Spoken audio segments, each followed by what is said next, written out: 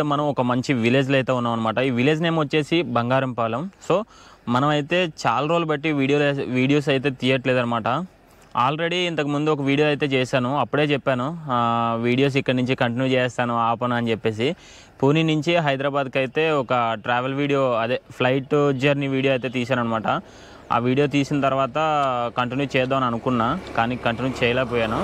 So ఇక్కడ నుంచి అయితే కంటిన్యూ చేస్తాను ఖచ్చితంగా.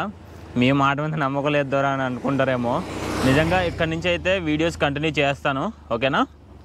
ఇప్పుడైతే మనం ఈ విలేజ్ అందాలన్నిటిని ఎక్స్ప్లోర్ చేసే ముందు మనమైతే ఒక జర్నీ చేసామన్నమాట. జర్నీ అయితే చూడండి చాలా బాగా సాగింది. జర్నీ తర్వాత మనమైతే ఊరినైతే ఎక్స్ప్లోర్ చేద్దాం, ఓకే. ఇప్పటివరకు లైక్ చేయకపోతే లైక్ చేసి మన ఛానల్ ఇప్పుడే కొత్తగా చూసినట్లయితే సబ్స్క్రైబ్ కూడా చేసుకోండి, ఓకే. హాయ్ గైస్, అందరూ ఎలా ఉన్నారు? అందరూ బాగున్నారా? ఐ హోప్ అందరూ బాగున్నారని అనుకుంటున్నా. సో మనమైతే ఈరోజు హైదరాబాద్ నుంచి వైజాగ్ అయితే వెళ్ళబోతున్నాం అనమాట. వైజాగ్ ఎందుకు వెళ్తున్నామంటే మన పల్లెటూరులో, అంటే వైజాగ్ కాదు, మనం నర్సీపట్నంలో దిగిపోవాలి. అక్కడ దిగిపోయి అక్కడ నుంచి ఒక పల్లెటూరుకి అయితే వెళ్ళాలన్నమాట. ఏంటంటే ఒక పండగ అనమాట. పండగ వాతావరణం ఎలా ఉండదో తెలుసు కదా. ఆల్రెడీ సంక్రాంతి పోయిన తర్వాత ఇప్పుడేం వెళ్ళి ఏం చేస్తారా బాబు అనుకుంటున్నారా?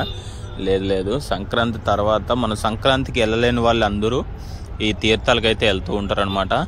పండగ అంటే ఏం లేదు, మనకి ఈ చుట్టుపక్కల పల్లెటూరులో, విశాఖపట్నం దగ్గర ఉన్న ప్రతి పల్లెటూరులో కూడా తీర్థాలు అనేవి జరుగుతూ ఉంటాయి అన్నమాట.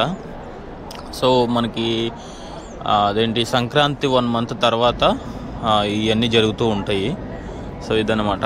మనం అయితే ట్రైన్ వచ్చేస్తుంది, ఇంకా ట్రైన్ రాలేదు, మంది వేరే ట్రైన్ వస్తుంది, చూసారు కదా. సో ఫైనల్గా అయితే మన ట్రైన్ అయితే వచ్చేస్తుంది అనమాట. చూపిస్తా చూడండి, అది ట్రైన్ గోదావరి ఎక్స్ప్రెస్ అనమాట.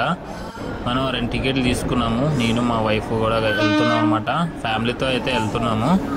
సో మనం అయితే ట్రైన్ ఎక్కేద్దాము. ఇప్పుడు ఎక్కేసి తిన్నంగా వెళ్ళిపోదాం వైజాగ్, ఓకే. మన బోగి అయితే S2 అనమాట. సో S2 కోసం వెయిటింగ్, అదిగో వచ్చేస్తుంది ఆల్రెడీ. S2 ఎక్కేద్దామా, అదిగో వచ్చేసింది S2. సో లోపలికి వెళ్ళిపోదాం. ఇప్పుడు లోపలికి వెళ్ళిపోయిన తర్వాత సీట్లన్నీ కూర్చున్న తర్వాత వీడియో అయితే ఆన్ చేశాను. మేము కూర్చున్న ఒక 15 నిమిషాలకి ట్రైన్ అయితే వెళ్ళిందనమాట. మేము ఎందుకంటే సికింద్రాబాద్లో నుంచి ఎక్కి వెళ్తున్నాము.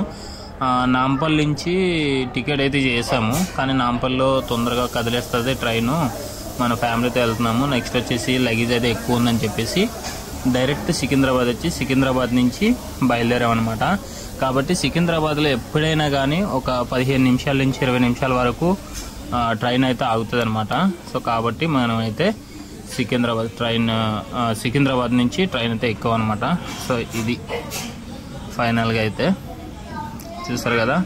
ఇప్పుడైతే ప్రజెంట్ 5:40 అవుతుందన్నమాట. గాలి అయితే విపరీతంగా వస్తుంది, చలేస్తుంది. సో ఫైనల్గా అయితే మనం నర్సీపట్నం అయితే వచ్చేసాం అనమాట. ఈ నర్సీపట్నాన్ని కరెక్ట్గా ఒక 3 నిమిషాలు అయితే ట్రైన్ ఆగింది, కదిలేసింది అనమాట. సో మనం అయితే దిగేసాము. ఇక్కడైతే చూసారు కదా, జర్నీ ఎక్కువ చూపించలేదు, ఎక్కువ ల్యాగ్ చేయడం ఎందుకని చెప్పేసి తక్కువ చూపించాను. సో మనం ఫైనల్గా దిగిన తర్వాత అయితే పల్లెటూరు వ్యూ అయితే ఇదనమాట. చూసారు కదా ఎలా ఉందో. అప్పుడప్పుడు మనకి పంకిటిళ్ళు, చిన్న చిన్న పాకలు, గుడిసెలు అవి దర్శనం ఇస్తున్నాయి. ఇప్పుడంటే పల్లెటూరులో కూడా అపార్ట్మెంట్ లాగా ఒక చిన్న ఫ్లోర్లు. మన జర్నీ అయితే చూసారు కదా, జర్నీ ఎలా అనిపించిందో ఖచ్చితంగా చెప్పండి. సో మనం బంగారంపాలెం అనే ఊర్లోకి అయితే ఎంటర్ అయిపోయాం అనమాట. చూసారు కదా, ఊరైతే ఇదనమాట. లోపలికి వెళ్దాం ఇంకా ఎలా ఉంటుందో. సో ఇదే అనమాట ఊరి సెంటర్.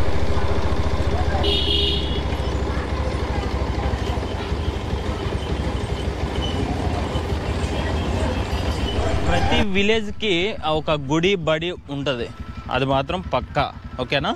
అయితే ఈ ఊరికి ఈ సముద్రం సైడ్ ఉన్న ప్రతి విలేజ్కి కూడా ఒక బీచ్ అయితే ఉంటుంది అనమాట. ఒక అందమైన బీచ్ అయితే ఉంటుంది. ఈ విశాఖపట్నం ఎవరు వచ్చినా కూడా బీచ్ని అయితే ఎంజాయ్ చేయకుండా, బీచ్ దగ్గరికి రాకుండా ఎవరైతే వెళ్ళరనమాట. సో మనం ఫస్ట్ గుండా బీచ్, అలాగే ఈ ఊరికి సంబంధించి ఒక చిన్న హార్బర్ కూడా ఉందన్నమాట. దాన్ని హార్బర్ అనొచ్చు, ఏర్ అనొచ్చు, ఏమని అనొచ్చు. సో ఇప్పుడు ఫస్ట్ అయితే మనం బీచ్ని చూసి తర్వాత హార్బర్ని చూద్దాం, అదే చిన్న ఏర్ని అయితే చూద్దాం, ఓకేనా.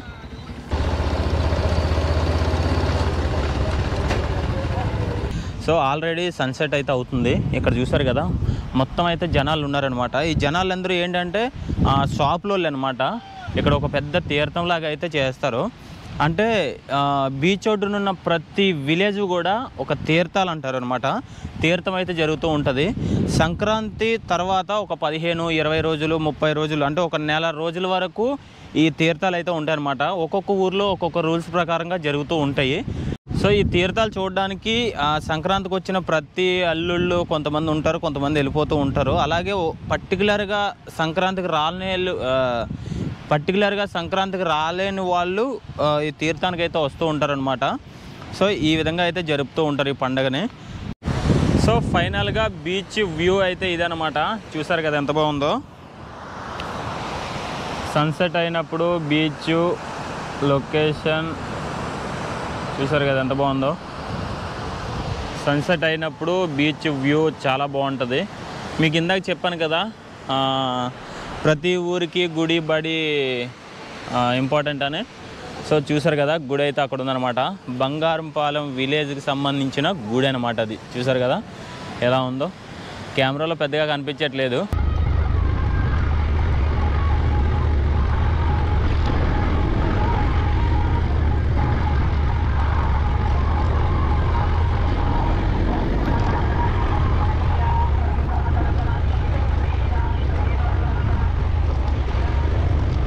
ఇప్పుడైతే మనం ఇదంతా చూసాం కదా, బీచ్ దగ్గర జరిగిన వాతావరణం మొత్తం చూసాం కదా.